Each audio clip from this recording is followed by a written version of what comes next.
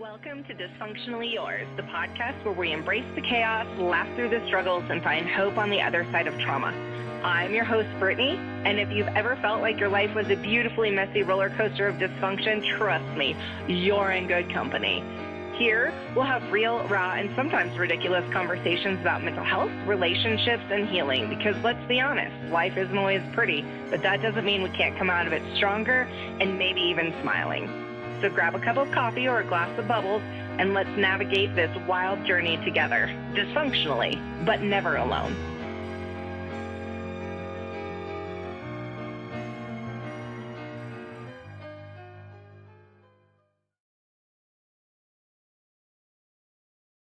Welcome back, friends, to another episode of Dysfunctionally Yours, and I am Brittany.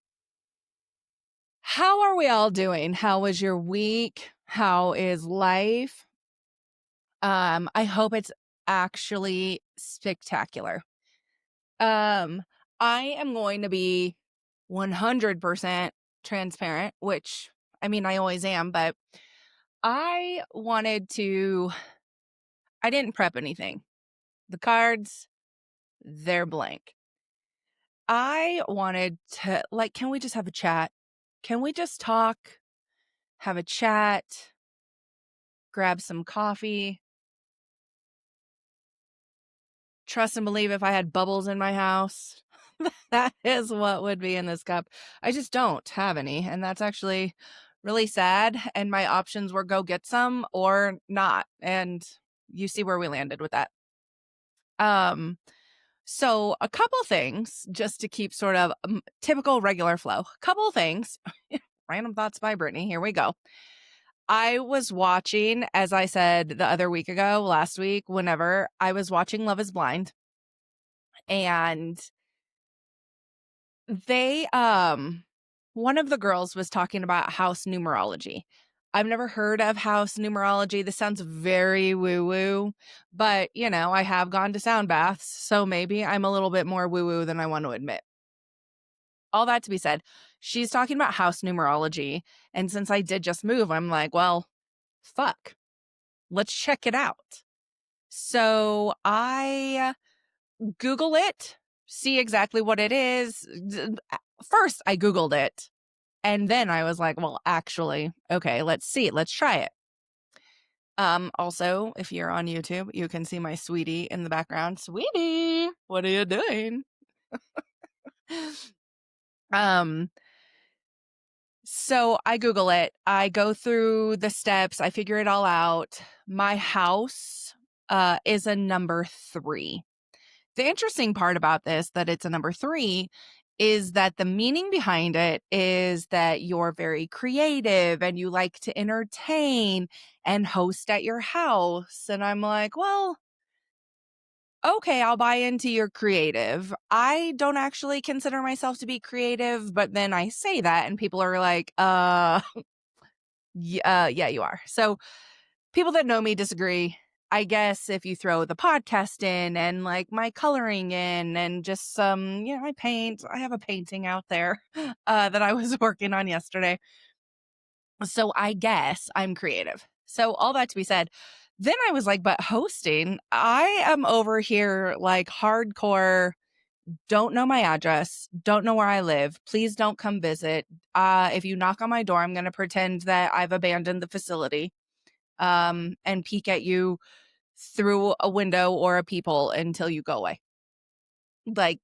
Don't come over, right? So this is very much me. It has been this way for quite a while. There are very few people that have ever been invited in my front door. And since I moved, I have on a daily, multiple times a day basis been like, I can't wait till my house is set up to invite people over. Even before I watched this and found out this house numerology thing, it has been something that has been in my head since actually even before I got all the way in the door. So that is interesting. Maybe there's something to it. Maybe it's coincidence. I don't know, but take it for what it will, or take it for what you will. Also, I want to talk about It's my podcast, so I can talk about whatever I want. I want to talk about the difference between cats and dogs. People are very often like, oh, well, like a dog will protect you and cats are selfish and blah, blah, blah, blah, blah. And I spend a lot of time with my animals and only with my animals because that whole like, don't come in my house and I don't want to go anywhere kind of thing. I have really noticed that it is in fact not my dog that protects me at all, right? She stares at me and God, is that girl happy to see me. If I leave the room and come back into it, ecstatic to see me. When I open my eyes in the morning, oh my God, you would think that I was dead in a coma for 12 years. And I just opened my eyes and she's been just pining away that entire 12 years and she's so excited to see me. She's so excited to see me in the morning. Like as soon as I open my eyes, this girl is like belly rubs all over. Oh my God. So ecstatic. She's so sweet. Part of that is she wants to go outside and go pee. So I understand. Now, my cats, on the other hand, they follow me into the bathroom every single time I go in the bathroom. At least 2 at any given moment. Always my black cat. Always. I've never been in the bathroom that she's not been in the bathroom. She also has found her way a way to sleep in one of the drawers in the bathroom, and she likes it in there. So I think it's like her. But she was like this in the other house too. So, of course, the interwebs goes forth to tell me, and I looked this up like a long time ago. I'm like, why do my cats always follow me to the bathroom? It doesn't matter what they're doing. They could be dead asleep, haven't moved for an eternity, and I go to the bathroom and there they are. So I look it up. This is a cat's way of actually protecting you because the bathroom is like the most vulnerable space, right? And they know that. Animals know that from like when they go to the bathroom, the level of vulnerability that goes into it. So because we're all mammals and animals, blah, blah, blah. So they have decided that they need to come protect me while I am in the bathroom in my most vulnerable space. They also, if you go and you Google about cats, it is believed, again, woo woo. This is very woo woo-y today. this, they also believe that cats at night ward off like evil spirits and things like that. Now, I have been prone to night terrors my entire life. Horrific nightmares that I cannot wake up from. My children could tell you, I have gone and ripped my children out of school because of a horrible nightmare that I had and been like, nope, you died in my dream. You're staying with me all day. And like, it's so normal that I would like pick them up from school and they'd be like, what's up? And I'd be like, I had a dream. And they'd be like, oh, all right, mom, we're okay, but okay, let's go. So, that's very normal. I used to have night terrors regularly, multiple times a night. I don't since I've had cats. The more cats I have, the less night terrors I have. So again, coincidence or not? I don't know the answer to that, but I'm telling you, my dog, she is not out there keeping me safe. She 100% relies on me to keep her safe, to curb her anxiety and to keep her safe, which is fine. That is my job. My cats, on the other hand, they protect me in my most vulnerable places, whether that is the bathroom or when I am sleeping and cannot protect myself. So, take that for what you will. And I want to circle back to this. I grazed over this story last week. And the more I thought about it this week, the more I was like, I'm going to tell this story. So I met this guy.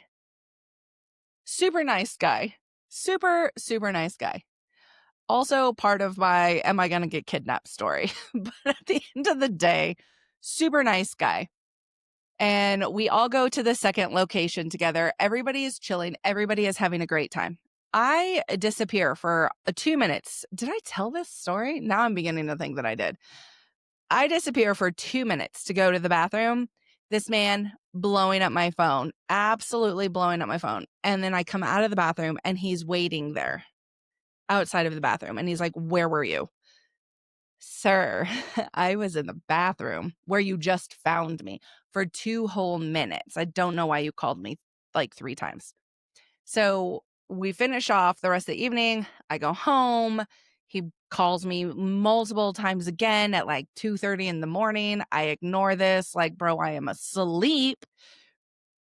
The next day in the afternoon, he's like, "Hey, what are you doing?" And I was like, "I'm busy with my family. Um, how are you?" And he's like, "I'm watching football." I said, "Oh, cool. Like, how do you respond to I'm watching football?" "Fantastic. Good job. Way to go." Like, I don't know what answer was like expected after that moment, but that I was like, "Oh, cool."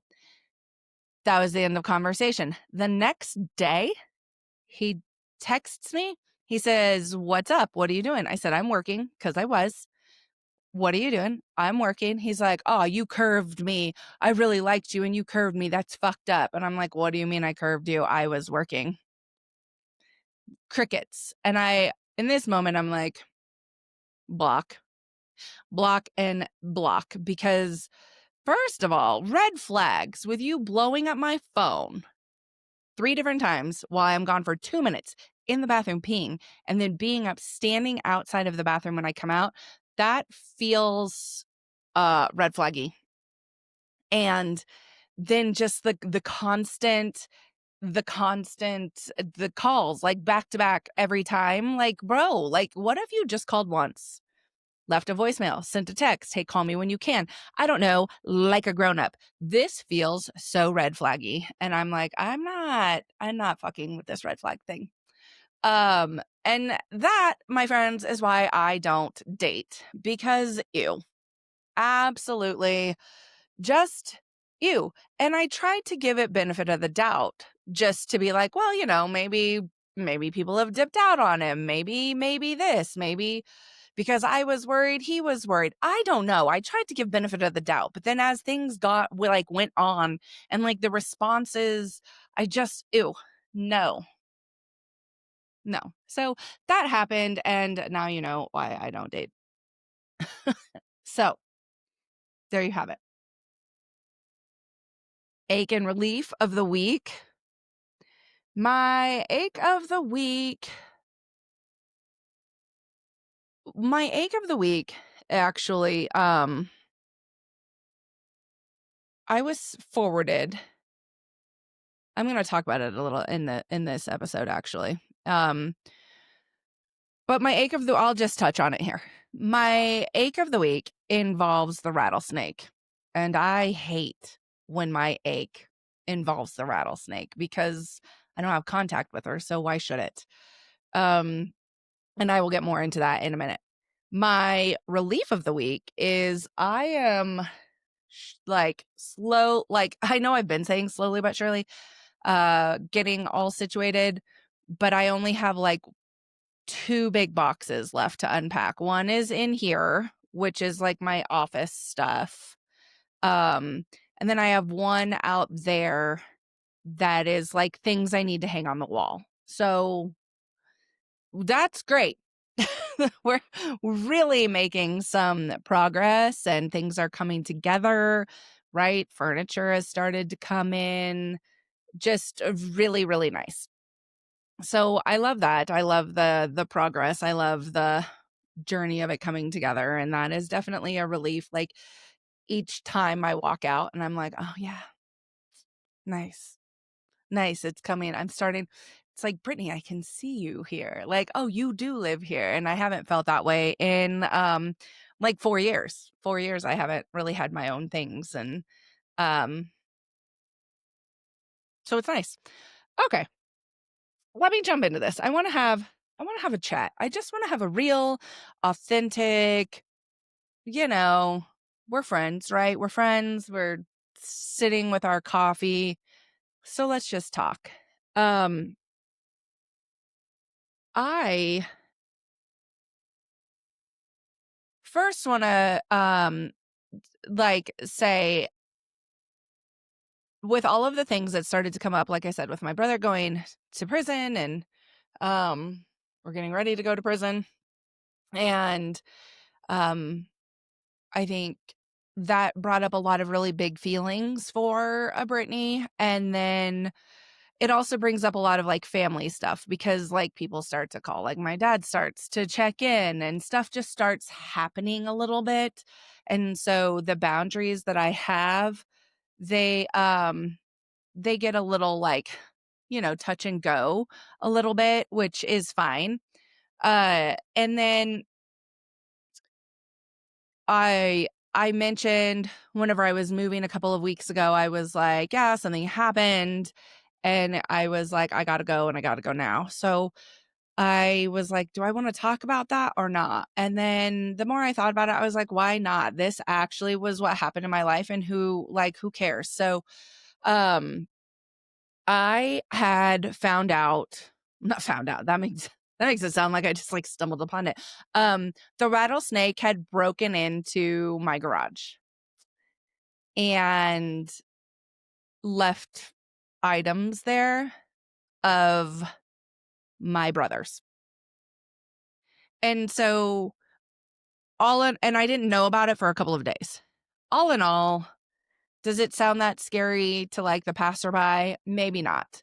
But because the rattlesnake is the monster in my life, and now you've come into my safe space, and you were here, and you were never invited, and then you forcibly entered instead of just asking for the fucking code to the garage. Um, communication could have happened, and it wouldn't have been that traumatic. However, it was unnecessary. It was wildly inappropriate. And at the end of the day, really scary to me. So that started some other big, like, like that fight or flight in you. Uh, that's like, oh God. So then the move happened. All of that was well and good. So we have this situation with my brother. We have this situation with my rattlesnake. And then, I don't talk a lot about my dad, and I love my dad, and I have very, very, very strong feelings about my dad, like very positive, strong feelings about my dad, but we also don't talk. Um, and, you know, yeah, we just don't talk. Some of that is because of his wife. I think some of that is because it's just too hard. It's too hard for both of us. Like, I want to be viewed as the child, not an equal or a caretaker. And then I also want to be heard and valued and respected. And that doesn't always happen. So I think he and I very much struggle and do the best that we can, but it just doesn't quite align. So no ill will, no hard feelings. It just is tricky. It's a complicated relationship. So, anyways, all of that to be said, I start really thinking about what other, like, and as I'm talking to people about it, people are like, oh yeah, well, like it's your mom, like, and she didn't hurt you, she didn't take anything. And it's like, that is not the point. And then other people would kind of be like, oh yeah, but you're an adult now, you can take her, like there's no big deal. And it's like, that again, that is not the point. We are all adults at this point. That is not the point. It is the emotional and psychological, like, warfare that starts to happen that I just shouldn't have to deal with, and that's very scary. So I realize I love my support system so, so, so much, and then there's these other pieces that just don't quite connect or make sense to other people that haven't been through that with me or been through that themselves. And I was like, where on earth can I have some different kind of support where it's not dismissed, or it doesn't feel dismissed? So I start toying around with the idea of going to an Al Anon meeting, which I have never gone to in my entire life. I have been to countless AA meetings, like with my dad. Sometimes I'd go to like where all the kids were, but other times I was sitting like right next to him in an AA meeting. I've been to so many of those, and I've been with friends to AA meetings and all of that. So that was like no big deal. But I was like, maybe an Al Anon meeting would be helpful. I run it by my therapist. My therapist is like, I think it's a great idea. Okay. I halfway, if we're being honest, wanted her to be like, I don't know if that's for you. She didn't, though. She said, that's a great idea. Al Anon has all of these quizzes on their main website. And I took all of these quizzes. I took all of them. And I was like, one of them is going to come back and say, you don't need to do this. And no, false. They all said, go, this would be great for you. And I'm like, okay, well, didn't get that response. So I go, I pick a class, a meeting, what group, whatever, to go to, and finally pick a time. I invite my friend to go with me. I was like, can you come with me? Because I'm actually really scared. Now that I picked a time, now that I made it real, I am scared, like really uncomfortable. She cannot come. Go figure. Go figure she can't come with me. But she talks to me. She talks to me and tells me, of course it's scary now that you like made it real. It's not just a concept. You've like put it into action and you're making it real. That's very scary. She comes back at me with all of the, like, what would you tell somebody that was feeling this way? Like, it's okay to be scared. It's okay to not know what's going to come out of it. And you're so brave. And I'm here for you and I got you and whatever. And so I was just like, oh my God, I love you for all of this. I said, can you just please check in with me that day after the meeting and just see if I'm okay? And she's like, yeah, of course. All right. So all of the time goes by. The day of the meeting shows up. I have forgotten. I've like put it out of my brain so far that now I have forgotten that this is what I told myself I was going to do. And I did pick a virtual one because it was just like, I wanted to like eliminate as many excuses as I possibly could. I would have been like, oh, I don't have gas. Oh, I haven't showered yet. I need to wash my hair. Like, no, I would have found everything to keep me from leaving the house. So I find one that's virtual. A half hour before the meeting, I have forgotten about it. My friend texts, hey, good luck today. Fuck, I forgot. And now I have somebody checking in with me, holding me accountable to this. I don't have any other choice but to go. So I do. And there was I go to this meeting. As of today, I don't know if it's for me, but I don't know if it's not for me. And I think we'll kind of leave it there. It's something that I'm exploring and I can't rule out just yet. I don't know. I think it's still a great big question mark, but I'm not detoured from it. So that's something that's happening because I just know that there's a lot going on. And as much as I love going to therapy and things like that, I think um, I think maybe, I don't know, maybe I just need a group. Maybe I need something else. And I don't know if it's like that I need that or if I need like a suicide support group. Like, I don't know. I don't know where these things sit right now, but I'm like exploring this because there's still something that feels very off and I don't feel like I can talk about it without it being like a trauma dump on everybody. And that is not healthy either. So this is the journey. This is the exploring of things. And I wanted to bring it to everybody because yes, this is currently going on in my life. Yes, this is like some of the things that I'm dealing with, but also I wanted to bring it up because we don't always know what's going on. And even whenever we're doing our best, new things continue to happen. And um, we constantly need to pivot and turn and move and groove and try and find a new way that's gonna be the best way for us. And that changes over time and pretty consistently. So I just wanted to like put that piece out there. Because I think that it matters. And that's all. Also this week, I am sitting there minding my own freaking business.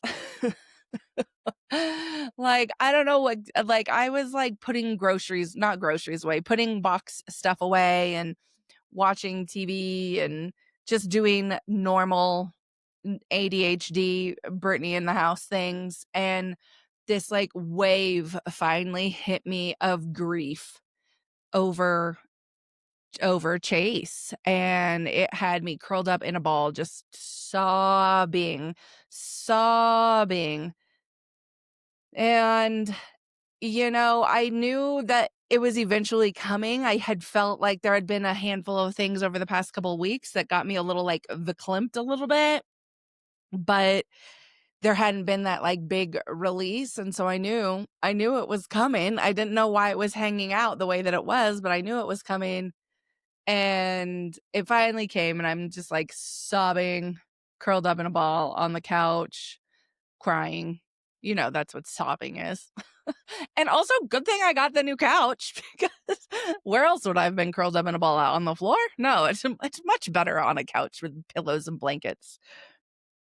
And so it's like, he's been gone for, all of this time, and these big waves still come, and it was like, okay, we're going to let this one ride through, and then it'll pass.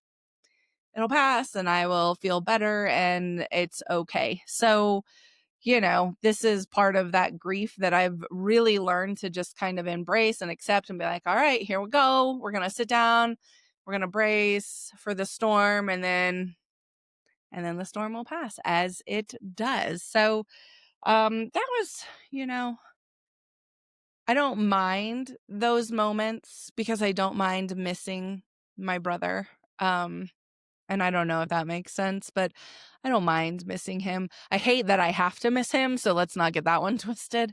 I hate that I have to miss him, but I don't mind those moments where I get to like remember him or remember his laugh and remember time spent together. So that was all well and good. Rolled that into where I started back on my ache of the week. Oh God, this creature. This creature. I was sent a screenshot of something she had posted, because like I have her like I think we probably mutually have each other blocked. So I have her blocked, and this also it goes into like those big boundaries. There's a reason that I keep great big boundaries over this one. So I am sent a screenshot. This woman, as recently as this week, has posted, I don't even know why I said this woman, this rattlesnake. She's just ridiculous. Post something as recently as this week, talking about like the description, like the caption is talking about how nobody's investigating cocaine laced with fentanyl enough, and the police didn't do a good enough investigation on her son's death. And his sister, that's me, his sister was too worried about having possession of his phone. So I like impeded in a police investigation.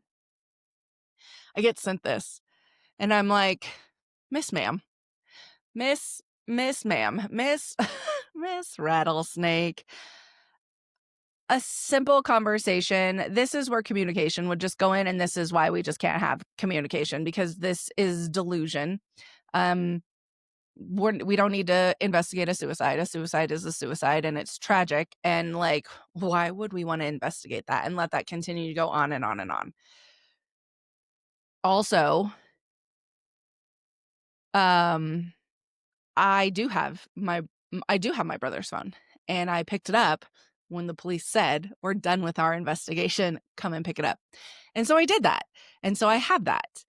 And, I understand that we've all listened to me talk about like the issues I have with drugs and things like that. But again, this was a suicide. It wasn't, like a drug deal gone bad. It wasn't laced drugs. It was a very intentional fentanyl overdose. And if she paid attention to the information that was given to us from law enforcement, or the information that I do genuinely actually have, she would know that, instead of just continuing to dwell and place blame. And so I think it's really unfortunate. It's unfortunate. I'm not sure why the need was felt to notify me about this with a screenshot, because it's just kind of hurtful and harmful. But I know that the intention behind it wasn't to be hurtful or harmful. It was just one of those, like, why is she still even talking about this? And I'm like, I don't fucking know, man. And to try and push blame on everybody else is really, really, really unfortunate. I understand tragedy happens and we need something to place blame on, but, like, I don't know, could we blame the depression monster? Because depression is actually so tragic. So I think, just even in something like that, the reason I bring it up was, it was kind of my ache, because even though I have these boundaries and even though I know all of the things that I just said to be true, I also am a human being, and it's harmful to know that his mom, the woman that also gave birth and raised me, talks about me this way, actually talks about him this way, and spreads kind of this false narrative of what happened. Um, but just it's it's been 2.5 years, 3 years, 2 years. Oh, Jesus Christ, what year are we in? It's been 3.5 years. So, like, I get it. It sucks. We hate that journey for us. And also, we don't need to, like, holding on to things like that kind of, like, woulda, shoulda, coulda, that doesn't help us grow. That doesn't help us heal the right way. That doesn't help us grow the way that we need to grow. And, we can't really move past things if we're not healing through things. And that's not helpful. And, um, continuing to pull my name into it is actually a little bit odd. Like, woman, we don't talk. Like, we don't talk. We don't need to talk. Um, please leave me alone. So I think that that's unfortunate. I will say it, like, sparked this moment of, like, oh my God, if you only knew what I know. If you only knew the things that I know. I reached out to my cousin. I sent him this and I was like, what the fuck? He's like, that's wild. Like, she's so vicious still for no reason. He was like, imagine what a conversation would have done. And I'm like, I know, right? Like, imagine what a conversation would have done. But we didn't have that. And he was like, she's just so vicious, just absolutely vile. And this is why she gets to be a rattlesnake. You cannot go in contact with her at any moment in time. It's just like a constant, like, that venom it's just always there and for no reason. Like, really unfortunate. She has her own things to worry about that don't involve me. Um, no need to bring me up. And also, no need to spread false information about me. I think that's very sad and tragic on your end. But it is what it is, right? So yeah, I bring it up because I talk so much about boundaries and I talk so much about I talk so much about everything. But, like, these are the real things that I kind of navigate in my world, and it's not on, I don't want to say on a daily basis, because obviously, like, her interactions are very, very, very few and far between. They're usually years and years and years apart. So it's not that, but, like, she's really, like, resurfaced a bit in the past couple of weeks. And with all of that to be said, I want to put out there, I think whenever we have bad things that happen, we get in this mindset, or it's easy to fall into this mindset of, like, these things are happening to me. Bad things just keep happening to me. And the world doesn't happen to us. Like, none of this is happening to me per se, right? I think I am a part of it in some sort of ways. But if I even think about, like, that post, she was going through something. She was going through something I was never really even intended to know. And So, okay, she was going through her own things. Like, it wasn't in her, like, brain cells, I imagine, that she was like, you know what? You know who I want to fuck up today? Brittany. Not at all. The breaking into my garage, I don't think it had anything to do with me. I think it had a lot to do with my brother. I think it had a lot to do with whatever she's got going in her own life. And I just, again, am just sort of there. I'm just sort of a part of it. When I talk about my brother going to prison, does that impact me? Yes, it impacts me in such a tragic, sad, sad, sad, sad way. And also, he was not doing what he was doing to get himself where he is, being like, again, you know who I want to fuck up today? My sister. That's not at all what that was about. So none of it is about me. None of it has anything to do with me. That does not mean that there's not impact to me, but it's not about me. And so I think whenever I mention it because I just know how easy it is to fall into these places where it's like things just keep happening and they keep happening to us, happening to us, happening to us, and it sucks. And it's like one punch after another sometimes, whether that is at work or at home or with our friends or society at large right now is actually a pretty scary place. So, but none of that is happening specifically to us. Like other people have their own things going on and it might impact us, but very few people are out there trying to be like, you know what, let me give it to you. Let me just stick it to you right now because I want to fuck up your world. So it is helpful to take a step back, to like zoom out, look at the things from a larger picture and not take on other people's burdens as your own. Whatever she's going through that she needs to process on social media and throw my name into it, how is that really any different than what I'm doing today, mentioning her stuff in how it's impacting me, right? Like we all get to say the things that we say, things impact us, but we're all working through our own things and it doesn't necessarily like come with these like evil intentions. Um and that's what I have. That's what I have. What a good talk. what what a good chat. Happy to be here. Happy to be here. I was originally going to have a guest next weekend or next week for next week's podcast. I don't know that I will. Might have a little pivot, a little change of plans. But you just never know. You never know what comes up. I hope that everybody has the most beautiful week. Please, please, please remember that you have 100% got this, no matter what it is.